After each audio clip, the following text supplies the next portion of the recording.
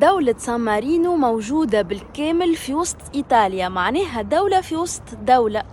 والحاجة اللي تميزها فيها 3 قلاع، والقلاع ال3 هذوما مرسومين في العلم متاعها، لا فيها ميناء لا فيها مطار. هذيك البحر الأبيض المتوسط، وعلى ضفاف البحر نلقاو مدينة ريميني في إيطاليا. يعني دولة سان مارينو ما نجمو ندخلوا لها كان بطريقة واحدة، وهي من إيطاليا بالبوس وإلا بالسيارة، كأنه ما فماش حدود. يعني شوفوا الدنيا محلولة على بعضها.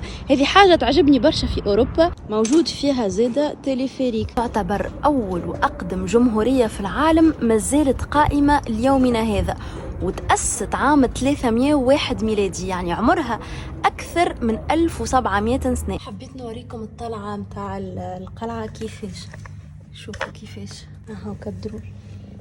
وعلى فكرة في إيطاليا فما دولة أخرى زادة موجودة في وسط الدولة، اللي هي دولة الفاتيكان. أما الفرق بين دولة الفاتيكان ودولة سان مارينو هي الديانة.